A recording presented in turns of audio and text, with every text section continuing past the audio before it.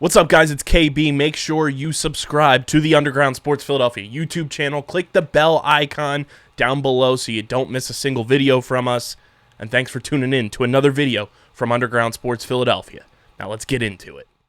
Philadelphia, baby, you're going to love it. Best sports fans in the world. Actually, the worst, but that's what makes them the best. As the regular co-host of this show says, welcome back to Top Bins. Welcome back. The show bringing you everything from the Premier League, Serie A, England, Italy. Your regular co-host, Dom.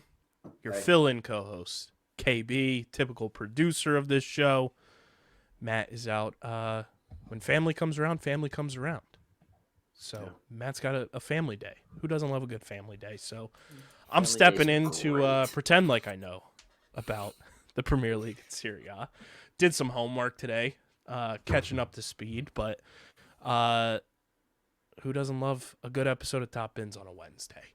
We're going to dive into everything from the Premier League, Serie A over the last week. International break is here. Champions League draw. We also have those matchups. And an interesting discussion on Alexi Lawless's podcast about Team USA that we'll get into as well. But make sure you guys are following us on the socials at FC Top Bins on Twitter and at Top Bins Pod on Instagram. Dom, I've noticed whenever we invite you to be a collaborator on the clips, the followers on the Instagram just explode. People love you.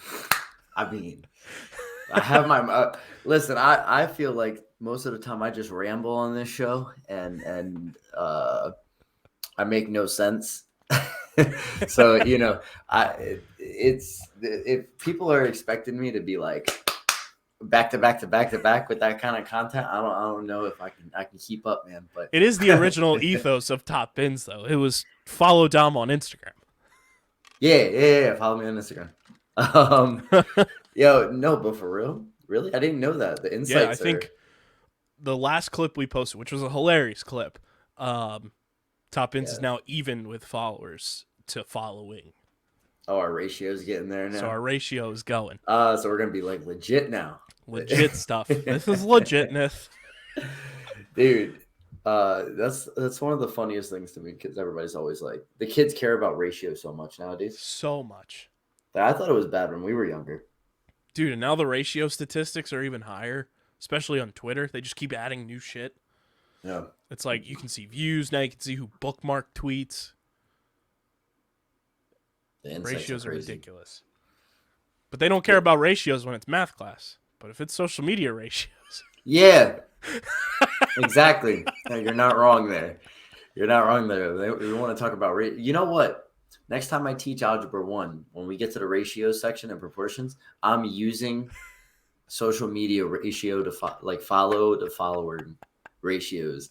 Like, it's maybe they'll understand it finally. You should just show them I just hopped out the Porsche tweet. Yeah. Like, this is about ratio. When I have a tweet that pops, let's compare that to my average everyday tweet. I'll get like 3 likes. So what's my ratio? Give it to me in the simplest form, guys. Let's go. There it is. That's math with Dom.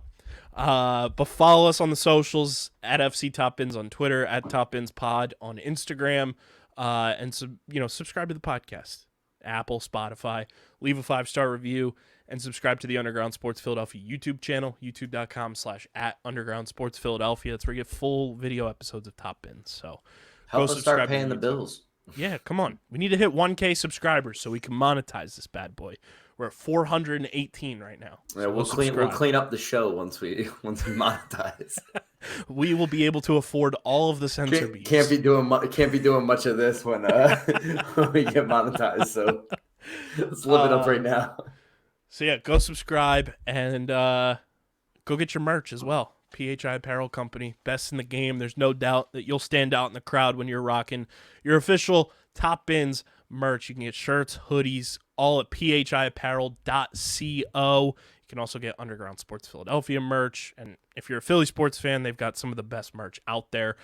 Use code Underground for 10% off your order at phiapparel.co. You want to talk about paying the bills?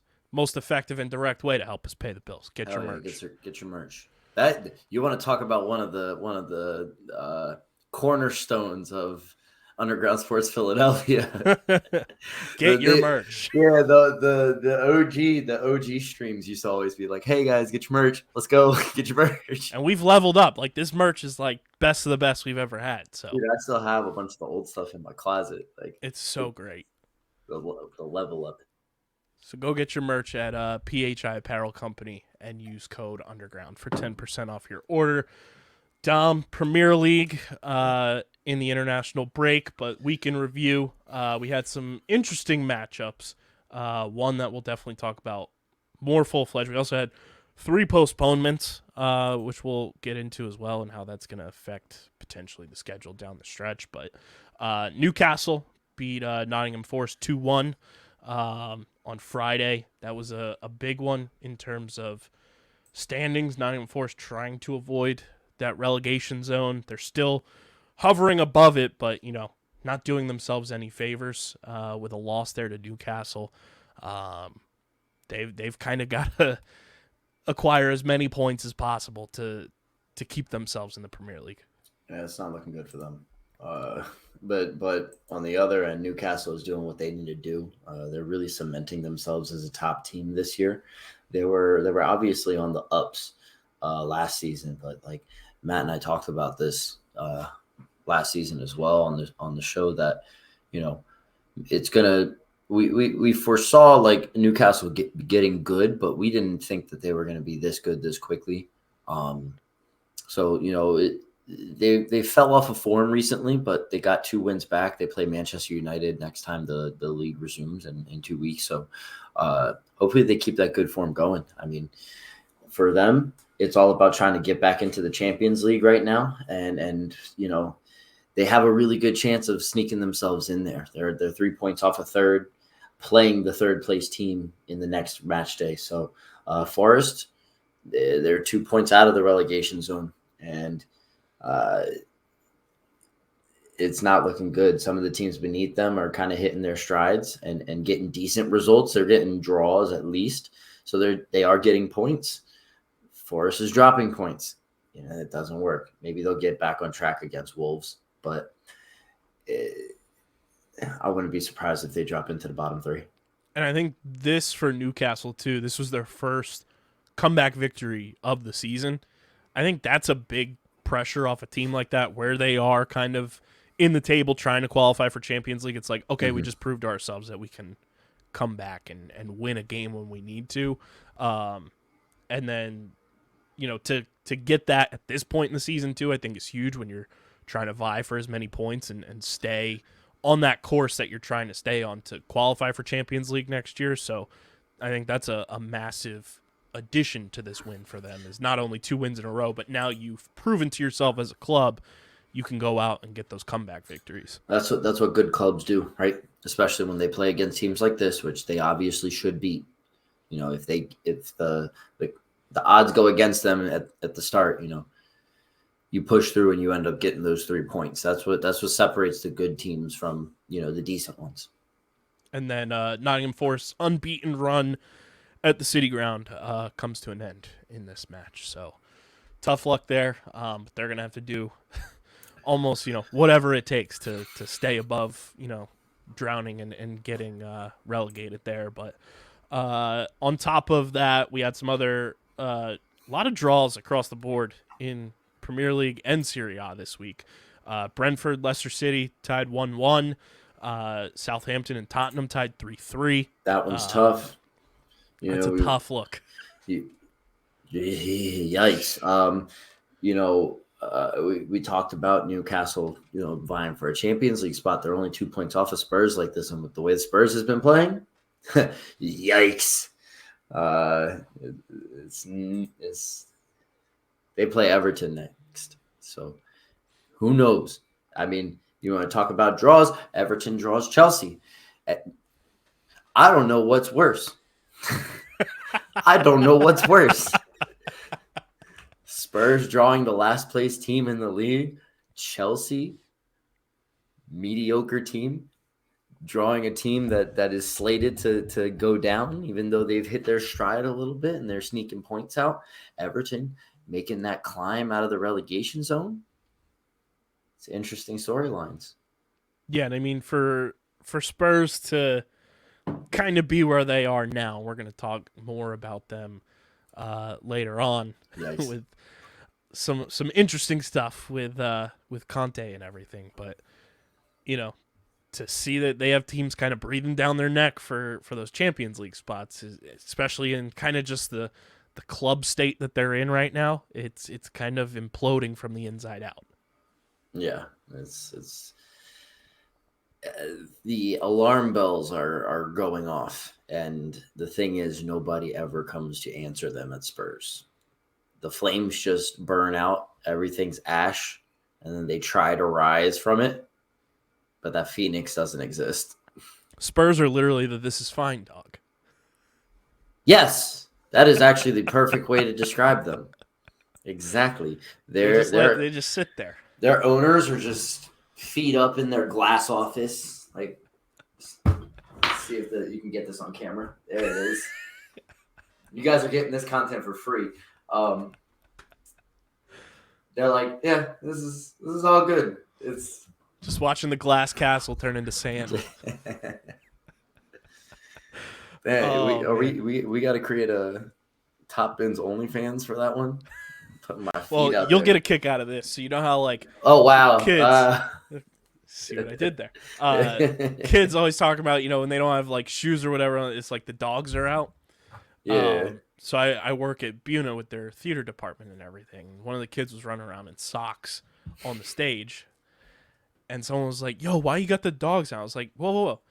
At least they got the dogs on a leash. They got socks on." That's funny. They loved that funny. one. It's a good one. But yeah, I mean, Spurs kind of on that decline. You have Newcastle on the up and up. 10 weeks left, I think, of the league season. Where do you kind of see that kind of balance going? Is it gonna work out for Spurs? Is Newcastle gonna overtake them? Yes. It's simple. It's as simple as that. Like, Spurs will be Spurs, and they will do Spursy things, and they will drop out. And I do see Newcastle making those moves. They've got some players I really like, man. Jonathan Isak is one hell of a player, and he's still scoring for them. He's playing so well. So I do really think that I think we're starting to see our top four. I think it's pretty solidified, and nobody else is really challenging for it. Maybe that fourth spot can have a couple different people that call it home for a week or two. Mm-hmm. But I really do see, it's just going to be Arsenal, City, United, Newcastle. I don't see Spurs getting there. Honestly, I could see them falling underneath Liverpool. I think Liverpool squeaks into that fifth place spot. I really do. Liverpool's match against Fulham was postponed this week because of FA Cup. So we'll see how that kind of works. Which is tough because it could have been 45, right? And they're 2 points off of fifth. They're 4 points off of Tottenham. And it really then gets interesting. So, it still will get interesting as the season comes to an end and these postponements get played. So, the league table could play out completely differently by the time these games are made up. Yeah. And I mean, how much do you think, because, to have 3 postponements this late in the season is going to be tough to kind of work all those games in an organized manner that works out, the way the teams that did get postponed want it to. How do you see that messing with the schedule in any way? Could that affect, a Liverpool who's trying to, hang on for dear life, try to get it to that fifth spot? Could that affect them where they're playing multiple games, in a spot where traditionally they wouldn't be? Yeah, but they're not playing in Europe right now, so it's not as big of an issue. This would be a lot bigger of an issue if Liverpool was still in the Champions League and making a run deep in the Champions League, but they don't have to worry about that. So I think that, playing an extra league game is no different than just playing a Champions League game, like a Champions League draw game, like at the same point in the season. So I don't think it'll affect them that much.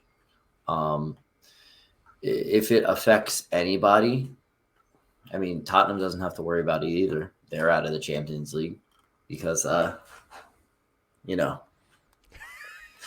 anyway. Talk to him now.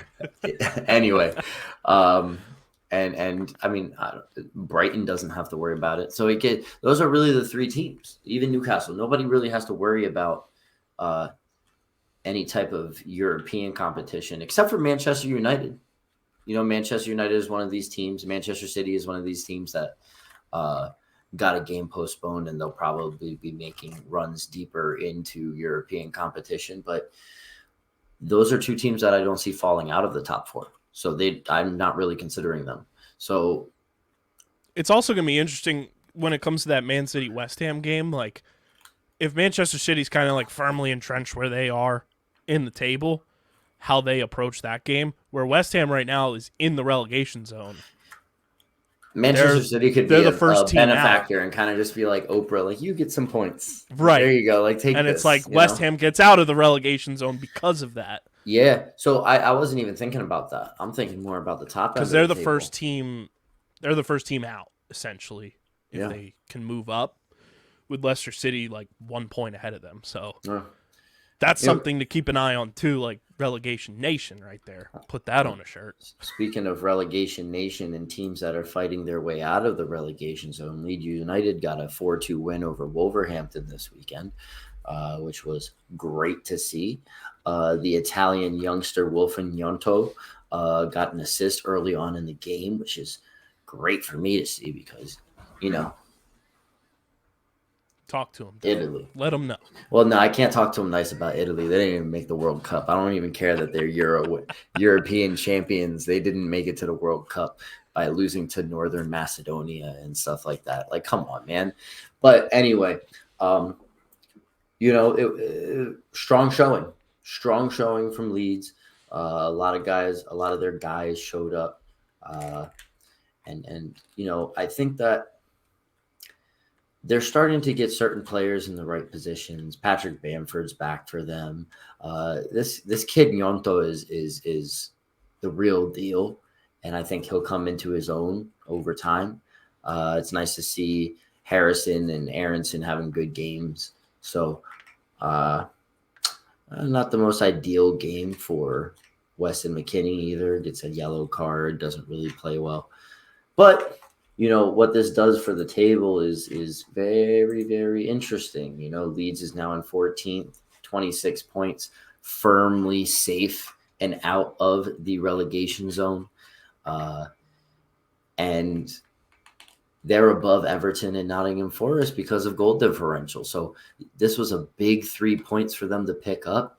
And, I mean, they've got Arsenal next, but the matchups for the teams at the bottom half of the table, they're kind of all playing each other. Like West Ham plays Southampton, so they could end up on 27 points with, like, let's say a -10 goal differential, which shoots them all the way up to 12th. You know what I mean? Like, this is the crazy volatile stuff. Like, I don't see Bournemouth beating Fulham, so they're going to stay on 24 points. And then we're talking about this Southampton and West Ham game. Like, the best Southampton can get if they beat West Ham is 16th, maybe 15th because of goal differential. So, they're just a lot closer. West Ham gets this win and they shoot all the way up, like, to the mid-table. And this is something Matt and I talked about a week or two ago, is like, nobody's safe for 12 and under. Whoa, hold on. Let me reword that. Wait, timeout. Flag on the play. Hey, yo. Anyone in 12th place or below 12th place is not safe in this relegation fight. So, literally 4 points separates 12th and 20th. Leicester plays Crystal Palace on the week. They are on 25 points. If they beat Crystal Palace, they're on 28, and now they're in 12th. I don't think any of these teams are catching up to Aston Villa, who got a win over the weekend as well. So they're on 38 points, tied with Chelsea. And then they play each other. So nobody's hitting that point. So it's really 12 and under, and they're kind of just fighting each other Anchorman style.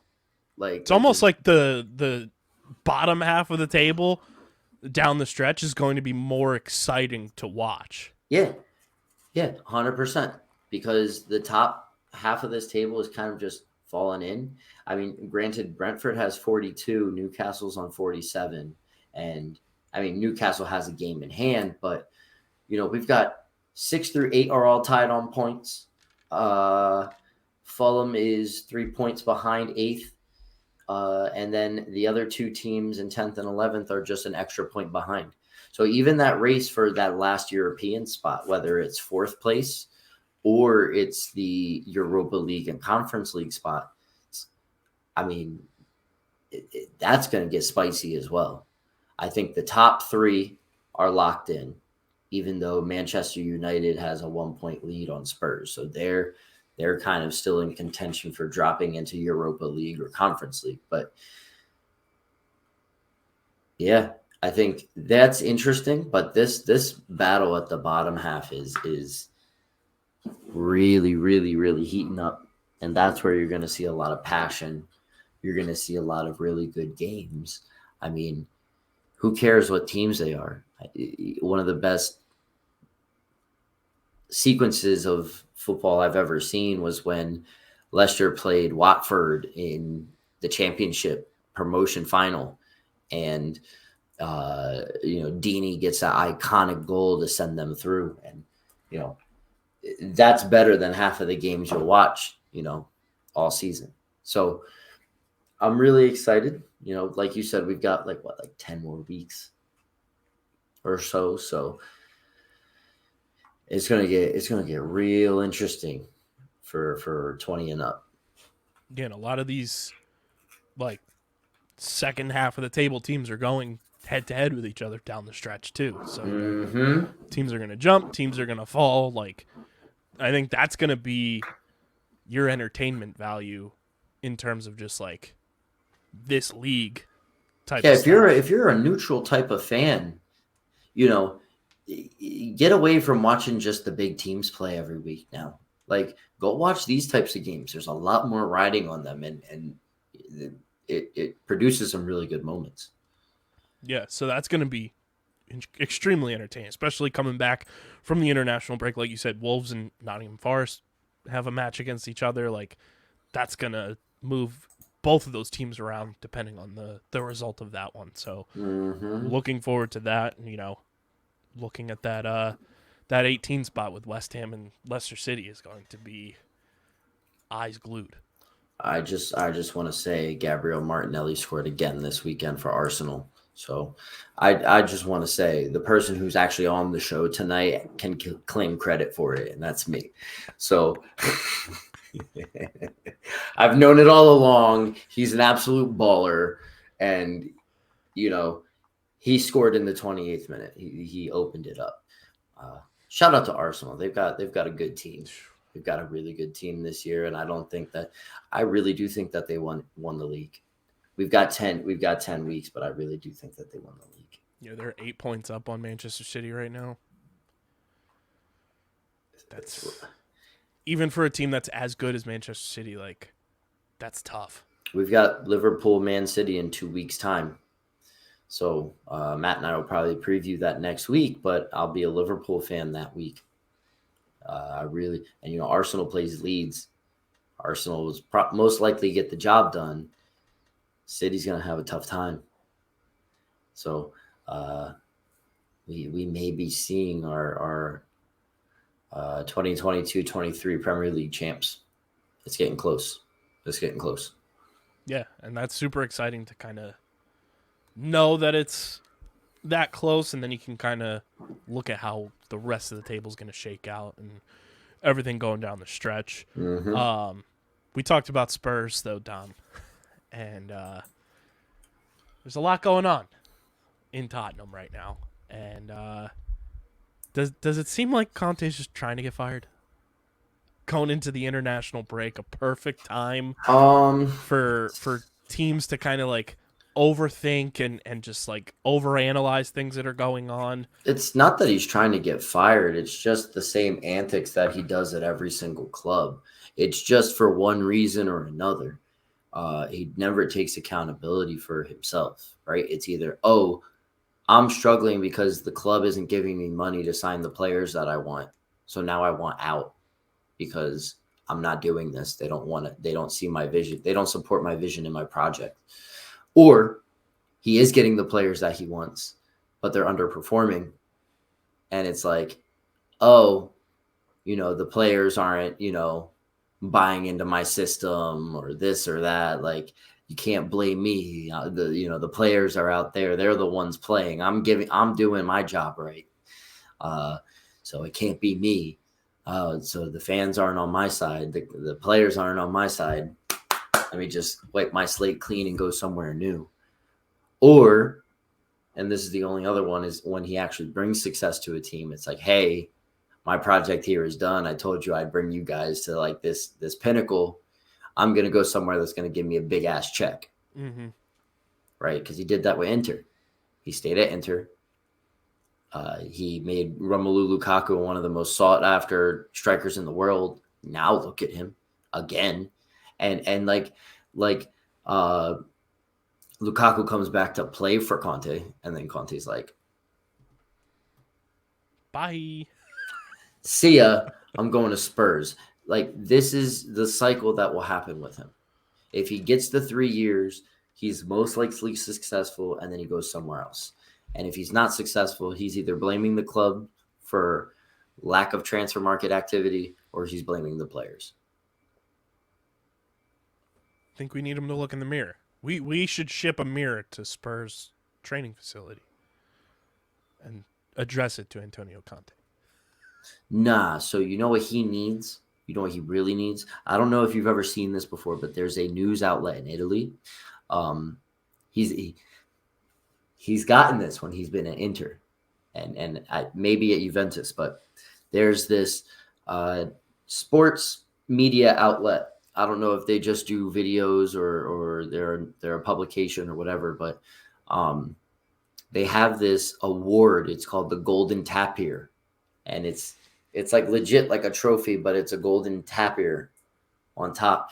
And it's basically like Italy's way of calling you like the biggest ass of the week, basically. So I remember when he was at Inter, something happened. And next thing you know, these guys are at his doorstep waiting for him to leave to go to training. And they just give it to him.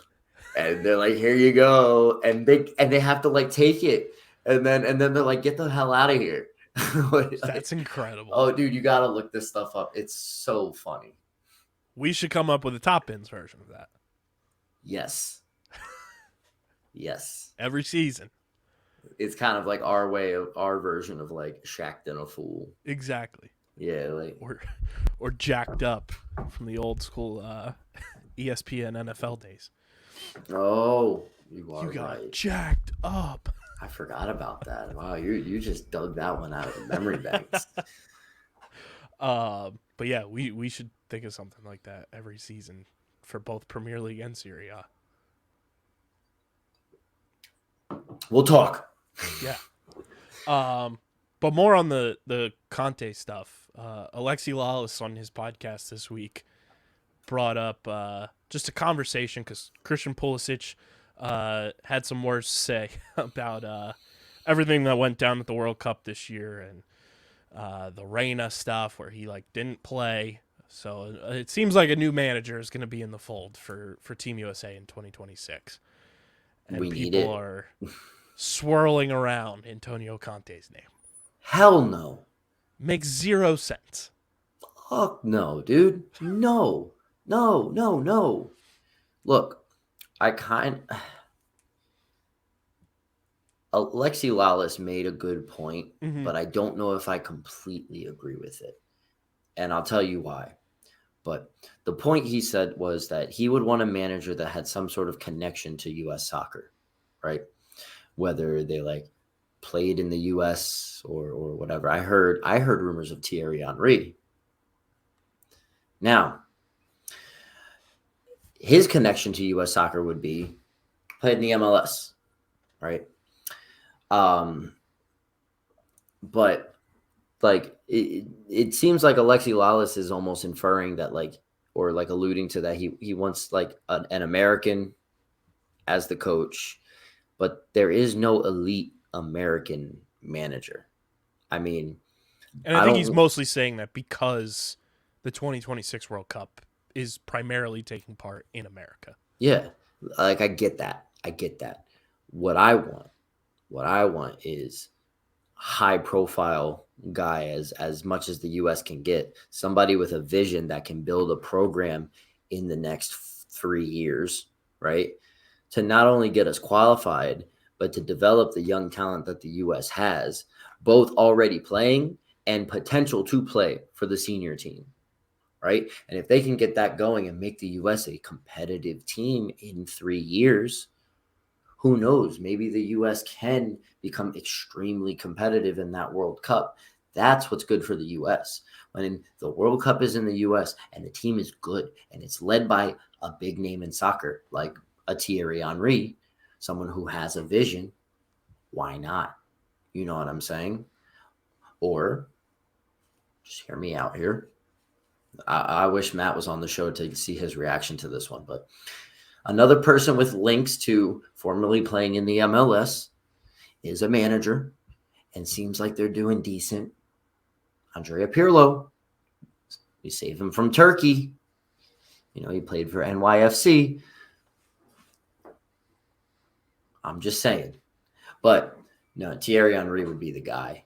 Thierry Henry would be the guy. The vision, being able to take guys like Tim Weah and Brendan Aronson and Christian Pulisic and really like take them under his wing and like teach them the ways and like really get these guys playing and developed and working as a squad. I think, you know, the US could become competitive, but you need a manager with a vision. I don't think Antonio Conte is that type of guy. Conte is the type of manager that you bring into your club because you have a budget and you can bring whatever player from wherever. Mm-hmm. Conte is not the guy that you put in charge of a youth program and he does very good work with them and gives the youth kids a chance. And he's not good at developing talent. He'll bring in talent. He's like a mercenary type guy. You can't have that at the international level. You don't have that luxury, right? The only way you could do that is like convince somebody who's a fringe player for one of the top countries who has American citizenship to be like, no, don't play for them. You won't get a chance for them. Come play for us, right? A la like Serginho Dest or Mohamed Musa, like these type of guys that like could have been playing for like top nations. You know, and Conte's not the guy. To your point too, like that's a name that the casual fan here in America knows that name. Yes, so when you see that, that's going to be like, oh, I'm interested. We're going to be good. Yeah, exactly. Because all they know about Thierry is that he was nasty, right? And whether that's because they watched the New York Red Bulls or they watched Barcelona or they watched him at Arsenal, right? But then I don't think that would be called a casual player or a casual fan. Then again, right?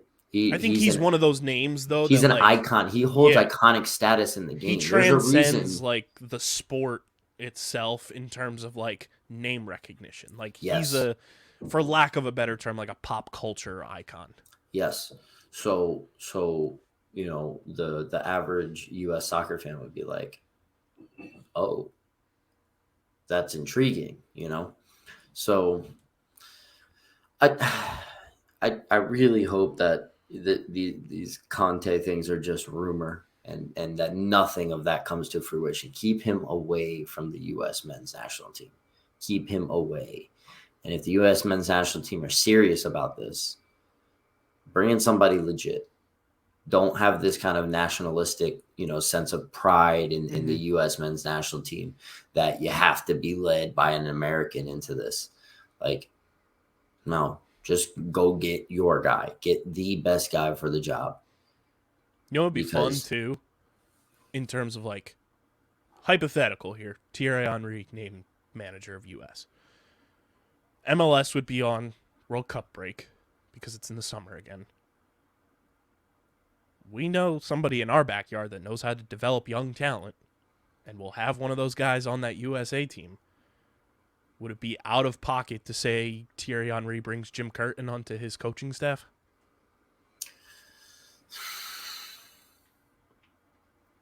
I don't know. That's interesting. He's a guy who has like that stature in MLS, obviously. Yeah. But with the talent that the Union have been pumping out and going to Europe over the last couple of years. Very good point. I wouldn't hate that to have him on the coaching staff for Team USA. Hell, him and Aronson team back up. Listen, I think that you're on the right track of like, if they are going to go that way, what do they look for? But like, see, here's the thing though, is like, when you have something like that, you have to leave your other job. I know that the MLS will be on break, right? But like, it's a full-time gig for the next 3 years. Like, if you're here now, you're getting paid as the assistant, coach of player development or whatever, like with the U.S. men's national team. So, is he willing to give up and, everything that he's built with the Union for this? But I think you're going along the right track of like the type of coach that's needed. Somebody who is proven to like develop talent well at the youth ranks and run like a good program and knows how and when to give young players a chance. Mm-hmm. Right? Because Brendan and his younger brother Paxton both got that chance when they were super young, right? Because the coaching staff knew that they were ready. And now look, right? One's playing in the Premier League, the other one's playing in the Bundesliga. It's that simple. Yeah, and I think the way I viewed it too is kind of like how Team USA basketball, like Popovich was running the team and Coach K was running the team, but then brought in like Jay Wright to be part of the coaching staff. Like, that's how I kind of view Jim Curtin, is like a Jay Wright type of figure when it comes to MLS. Like, he's just consistently good at his job and consistently good at like scouting and developing talent, whether it's guys coming internationally or from, the Union's academy and everything. That's a good point. So who knows what'll happen over the next 3 years in terms of just like that type of stuff. But yeah, I agree with you. Keep Conte away from Team USA. This is like the golden era that we've had of Team USA men's. Yeah, I don't want this getting ruined, man. By just like some guy who's all about me and not about, the progression of the talent that this team has finally. Yeah, screw all that. But I agree with you. I think Alexi Lawless made some solid points in his discussion. We'll link that episode of his podcast in the YouTube description. But moving along to Serie A. This was a boring ass weekend. Yeah. Dude. It was boring. Sassuolo 1-0 against Spezia. Atalanta 2-1 against Empoli. That may have been your like exciting game of the week. Salernitana ties Bologna. Monza ties Cremonese. Milan shit the bed against Udinese. Sampdoria, gets their win over Hellas Verona. Fiorentina gets a 1-0 win. Napoli does what Napoli does. Like, I don't get it. I mean, yeah, you got your big 2 games at the end of the match week, right? But 1-0 games, like I guess that's exciting. The derby games. The goal in the Roma derby was not until the 65th minute. I mean, there was a goal ruled out.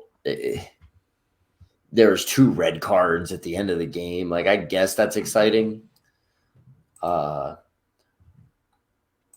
the biggest thing is that, Lazio wins. So, they're kind of holding their status as a top team in the league right now. And Juventus beats Inter, which Inter hasn't been in the best of form lately, but, a big win for Juventus and their journey to climb back up the table like the zombies that they are. But Lazio kind of finds itself in a position where they have 4 wins in their last 5 and a game coming up against Monza, and they're sitting 2 points comfortable of Inter in third because they dropped points this week. The table got very interesting. Milan is still clinging on to 4th place because Rome lost. So, Lazio doing them a favor. It's the revolving door. Roma gets kicked out now. Atalanta is in a European spot, but Juventus has broken 40 points now. They're only 7 points off of fourth place, and it makes me absolutely sick. I hate it. I hate it.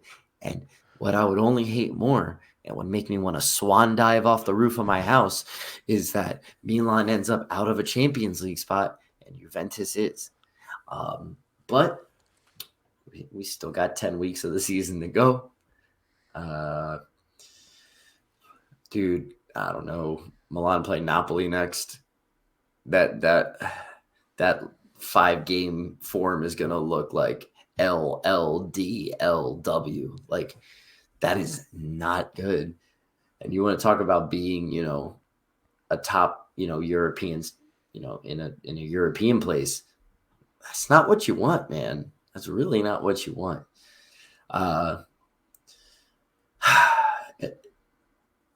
It's getting interesting at the bottom of the table. Sort of. Sampdoria get a win. They're out of last place. Cremonese now back at the bottom. But Hellas Verona still with a 4-point lead on Sampdoria. And Hellas Verona is trying to make up a 5-point gap with Spezia right outside the relegation zone, which is very tough for them. I think the relegation spots that are kind of done and dusted in this league. There isn't much to be excited about in Serie A right now. However, you want to talk about 13th place to 8th place. There's a 4-point difference. So there's these 5-6 spots right up here where you could be catching up to Juventus pretty soon if Juventus hits some bad form. Juventus play Hellas Verona next, or in 2 weeks. Not good. Not good. Juventus just clawing their way back up. Atalanta plays Cremonese, though, so hopefully they get their points. Roma plays Sampdoria. They get their points. Lazio play Monza. They get their points. Milan plays Napoli. Fun. Everybody else has these easy games, and this has to happen. I just don't I don't know what to do. I put all this stuff up on my wall because I got annoyed at my team, and I was like, I need to change some juju around or something, man. It's just I gotta call a witch doctor or something and put a spell on the team. I don't know, man. And it's not only do you get Napoli coming out of the international break. The Champions League draw happened. This is brought to you by our energy drink sponsor, W Energy. Tom, you tried it at the anniversary show. W was great. They're W, fantastic. I need to get my hands on some. They just had a full-blown restock of nearly every flavor in tub form. We just had the blue raspberry flavor. Big energy tears come to the studio today. It tastes like the blue portion of like the rocket bomb pops that you would have on the 4th of July. So good. That what was that one? The passion fruit tea? We had the last one you had? We had the Dragonade, the dragon fruit strawberry lemonade. Yes. I want to try the passion fruit iced tea flavor. That one's back in stock. That one looks incredible. And I want to see what it does for my workouts. I've been getting back into the gym. I am not going to show the pre-workout that I am taking because we are sponsored. But I did have this. on the pod in the background, but then I was like, I got to take it off because we're sponsored. I've been switching around. I think I found something that's good, but I'd love to see how Dubby does for me. It did give me a lot of energy when we did that show, because we did that show kind of late, and I needed to pick me up, and then I was popping off. But then I heard that nobody could hear me. There is no jitters and crash. I actually kind of went to sleep like right after. And normally when I take a pre-workout, I'm up like at least 5 hours. Like when they say on the back of the thing, don't take like 5 hours before bed, they really mean it. And sometimes I can't do like that. Just doesn't work with my schedule. This Dubby is serious. They're the real deal. And they just got the restock of the one I'm dying to try. It's the Galaxy Grenade, which is watermelon, guava, and lime. Just sounds unbelievable. Sounds like a tropical taco. And love that. Everyone's probably wondering, why Dubby, this, that, and the third. Well, we told you, there's no jitters, there's no crash. Their formula contains vitamins, amino acids, nootropics, including that patented neurofactor, which has been clinically tested to improve brain performance by up to 143%. There's also no calories, no sugar, no maltodextrin filler, which I found out what that is, Dom. That's when those companies, pump stuff into their product to make it seem like there's more in the packaging than there actually is. There's none of that in Dubby. There's no fillers, no artificial colors, so their Push and Punch fruit punch flavor doesn't have red 40 in it. None of that stuff. It's all natural. Big. It's big. A lot of people hate red 40 or can't have it. And Dubby's produced in the U.S. and it's FDA registered in an inspected facility that strictly adheres to GMP guidelines. And they're going to war on big energy and want quality to be over profit. So go to dubby.gg. Facts. Use code Underground. You get 10% off your order. Give it a try. If you're in our Underground Madness NCAA tournament bracket, some of the top finishers, you'll be getting Dubby shakers with some test packets for wherever you end up in the standings there. I'm mad. I filled out a bracket, but apparently it wasn't filled out for the tournament, for the group. It just filled one out, just a random one that I could submit somewhere else. And I got very, very angry. But I laughed. I don't know. When I woke up to those texts in the Top Ins group chat, and then I went and looked at the group. The two brackets that were just in there, just not filled out, were two people from our company. Hi, guys. I'm one of those people. This goes to show, don't fill it out while you're on the job. I did that at work, like very quickly. But see, if you had Dubby in you, that brain performance would have been. You would have had a perfect bracket. I'm sorry, I'm just channeling my brain waves right now. W.GG, code Underground, 10% off your order. That's a hell of an ad. That was a great ad. W. Champions League draw has happened following everything that went down last week, and I think the best matchup is Milan-Napoli in terms of the scenes, in terms of the banter, and sort of. Oh God, somebody's gonna clip that too. That was a weird ass noise I just made. Maybe. Okay, maybe, right? You've got basically this year's Serie A champion versus last year's Serie A champion. That's pretty interesting, right? Napoli's having the season of their lives. Milan, nobody probably expected them to get this far, to be honest with you. So, Milan has nothing to lose. They're playing terrible in the league. Seems to me like they're focusing a lot more on the Champions League. They play better on a Tuesday or Wednesday night. So, obviously Man City and Bayern is like the marquee matchup of this whole thing. Those are the two best teams, in my opinion. Real Madrid and Chelsea, again, I don't know how Chelsea's gotten this far because they are a piss poor team in the Premier League. Maybe they'll get exposed now against a Real Madrid. Normally, I would say like a Real Madrid-Chelsea matchup is huge, but there's something that still doesn't convince me about this Chelsea team. You know, Benfica and Inter, those teams are about level. Did I say that?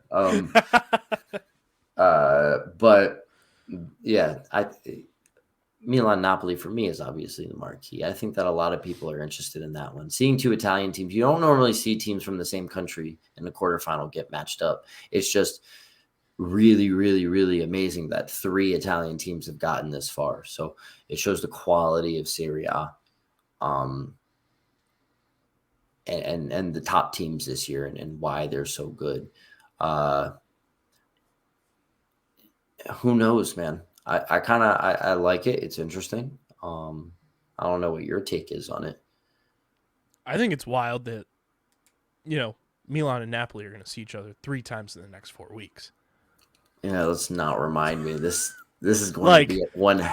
This is the next 3. This is 3 weeks from hell for me, basically. That's either that can either go one complete direction of just continued dominance for Milan in the Champions League and the way that they've been playing as opposed to actual league play. But I also think that league matchup is kind of like a gift for both teams in a sense, where you're going to see each other in your most current form that will make those 2 Champions League matchups that much better because you're going to kind of understand each other. They're going to be able to make adjustments, and you never know what will happen over the time in between. Current tape on each other. Yeah. And you never know what will happen in between, like players may get injured or whatever. So, suspensions and things like that could change some of the dynamics. The only thing I like is that the law of averages will tell me that Milan will win at least one of these games. I don't know when it is. I don't know which one it is. It could be the league one and then they get shit on in the Champions League, or, maybe it's one of the Champions League games and either they're setting the aggregate or they're fighting back to win on aggregate. So I don't know which one I'd rather have either. I don't think that Milan comes out of this beating Napoli everywhere. I would assume, Napoli basically has this in the bag, the league. Mm-hmm. So they take it easy in that game against Milan. Don't show everything.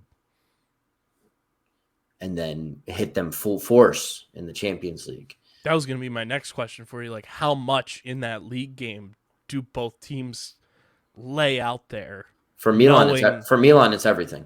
It's everything. I mean, they're getting pressure on their backs from multiple teams beneath them in the table, and they have a chance to kind of jump over a couple teams above them, right? Lazio's on 52 points. Milan could be 1 point behind them. They could be 1 point above Inter, given that they win, right? If they both win, like let's say Inter wins, at least Milan kind of make sure that they stay above Roma, because Roma plays Sampdoria. Roma will most likely get that win unless Sampdoria have something crazy up their sleeve. So it's almost a must-win league game for Milan. I mean, the pressure's on them from the fans. They have to throw their full strength squad out there, regardless of what Napoli does, and they have to try to win the game. Yeah, I mean, I kind of liken this to, in a sense, if it was equal playing fields and both teams could kind of just hold back a little bit. It's almost like, when a team sees another team in and not that this is preseason, but in the NFL, when you play a team in that third preseason game, and then later on in the regular season, you're going to play them, you don't show them the entire playbook. You don't throw all the bells and whistles at them.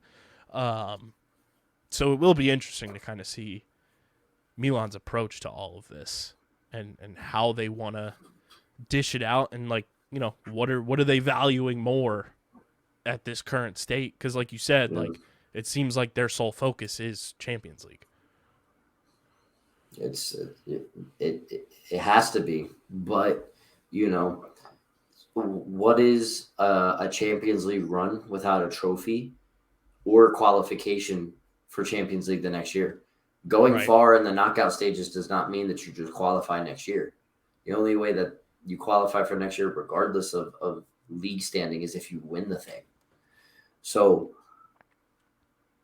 Milan is in that position where it's like, hey, we need financially to make the Champions League next year. But we also want the financial bonuses from winning games in the Champions League this year. It's like, pick your poison. What do you want? Because you're not going to have both. That's just how it is.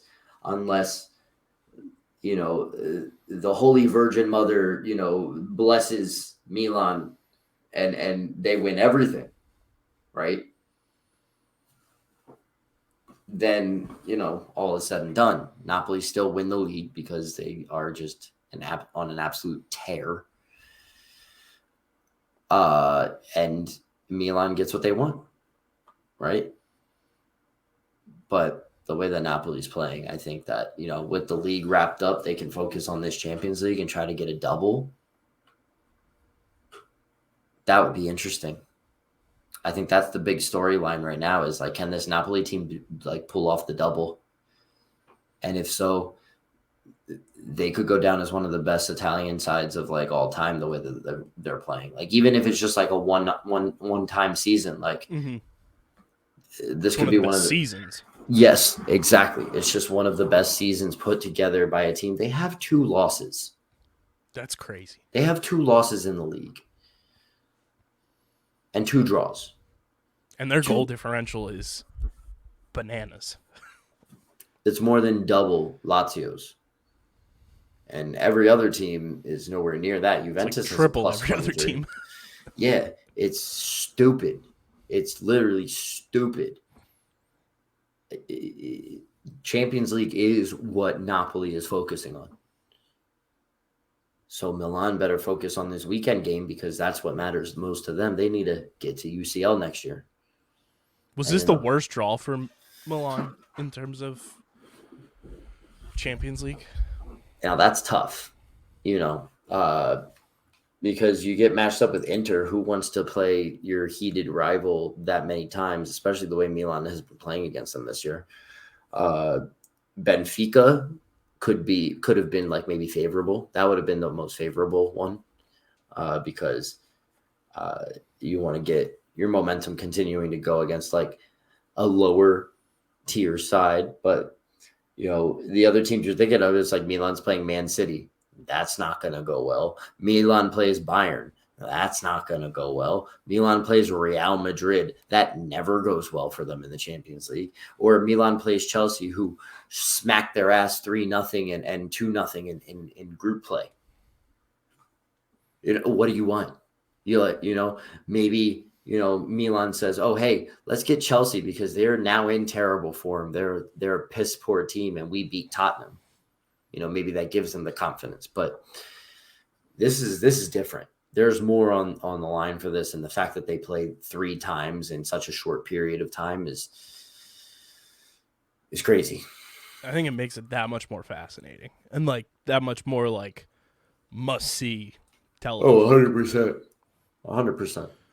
So that's going to be exciting when the international break, comes back, and then week and a half later, quarterfinals, baby, strap up. I need to be strapped into a chair so I don't do anything to myself. Dom, anything left to say before we get up out of here? Yeah, check out my room. So I decided to do a little feng shui going on. So as you can see, I hung up more jerseys. I got the Italy jersey. I got my Milan jerseys. I kind of want to put my Leao jersey up in this gap right over here behind my head. We moved, because it's not football season anymore, we moved these out of the living room now into this room. So the Sundays are for the birds and the PHL. I put up the first edition of the Kings Road cans, the brewery that I work at. So that's sick. And then I've got my Arsenal jersey. So just so you know, like, I know you've seen me wear them on the shows, guys, but like, this is real. Like, I'm not just wearing these because I just have Arsenal jerseys because they're cool. Like, I dedicated some years to these guys, and then their Twitter turned on me when I took Milan over Arsenal in a Europa League clash, like in 2017. All right. 2017, they meet each other in the Europa League. And because, where my heart's at, I had to pick Milan. But I made a lot of relationships with like people in Arsenal Twitter, and everybody turned against me. I got ratioed hard that day. There's your next math lesson. Bad. Yeah. Hey, we're coming full circle. This is why Top Bins is one of the best podcasts out, is because we go full circle on the podcast. Talked about ratios in the beginning. We talk about ratios at the end. See, math is everywhere, guys. You need to understand this. This is why school is important. All right. You want to talk about ratios of your followers. You want to talk about ratios on Twitter based off of how many replies to likes I got and then replies to likes you got. But if you can't properly communicate that to somebody, how will you ever prove your point? Pay attention in math, kids. Stay in school. Do your homework. The kids say the math do be mathin'. Yeah, sometimes the math be mathin'. Other times the math don't be mathin' at all, and I'm confused. You know what popped in my head when you were giving us a Yo MTV Welcome to My Crib view of your setup? We should talk to your job and do a live Top Bins at the brewery. Interesting. I'll give you the That'd be sweet. I need to see. We'll talk. Yeah. We'll talk. I'll give you my boss's information and we'll see, because I don't know if that'll count as an event. And breweries are only allowed so many events per year in New Jersey. So we would have to see what they say about that, but we won't that's sell a possibility. Yeah, we're just there. This time. Hell yeah. But yeah, follow Top Bins on Twitter and Instagram at FC Top Bins on Twitter and at Top Bins Pod on Instagram. Follow Dom at Wash Lifestyle. And you can follow Matt at Matt Castorina. Follow me at KBIZZL311. Subscribe to the podcast. Just search Underground Sports Philadelphia on your podcast app of choice. All of our shows come up, or you can search Top Bins, and it should come up. Apple, Spotify. Leave a 5-star review, and subscribe to the Underground Sports Philadelphia YouTube channel, youtube.com/@Underground Sports Philadelphia. We're at 418 subscribers right now. Let's get to like 430 by the end of March. And that channel be posting lots of content. Lots and lots of content. Every show on our network. So make sure that you also hit the post notification bell so it doesn't get lost in the algorithm, and whenever we upload, because then the more you watch it, the more it pops in your algorithm anyway. So share it with people, comment, like, subscribe, and hit the post notification bell, because you will not regret it. We have like 6 podcasts on the channel. Yes. Plenty of content. Tons of content. From Top Bins to the main show, Outside the Box. We got F1 podcast. That is a good crossover with this one, because yep, I was just if we've got some European fans or some football fans just in general, we'll probably watch a little bit of F1 as well. So, actually, a little crossover for the streamer season. As we all know, new season of Ted Lasso has started. I have yet to start watching it, but I need to start. Monica and I have planned on watching it soon. But we were in Target one day, and look what I found. This is the 2022 Fall Convention Limited Edition Coach Beard. Oh, that's sick. From the episode where he was the dancer. That's fine. So he's got the hula hoop. Yeah, dude, that's sick. So that's sweet. When we found that at it's got the whole Ted Lasso all over on the box. That's awesome. It's sick. When we saw it, I was like, we have to get this. Yeah, 100%. Speaking of Yep. fall convention, streamer season, we're planning on going to New York Comic Con this year. So Ooh, content. mid-October, it's gonna be a ton of fun. We're planning on having Pat Pitts, who's doing a Man on the Street series now for us, which first episode was at the South Boston St. Patrick's Day parade this past weekend. Is that That'll on be our channel? That'll be coming out within the next week or so. I'm excited for that. We're You planning guys on having follow us. cosplay as the lead reporter from Ted Lasso at Comic Con to Love do it. Man on the Street videos. I love it. Oh my god. What is it?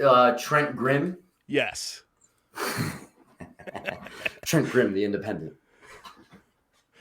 And Love it. he's got the tiny mic and everything, so it's gonna be electric.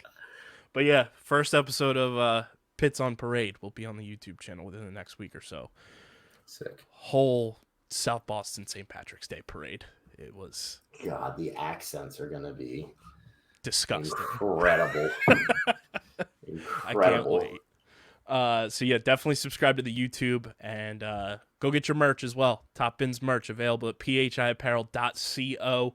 Use code Underground, you get 10% off your order, and tag us.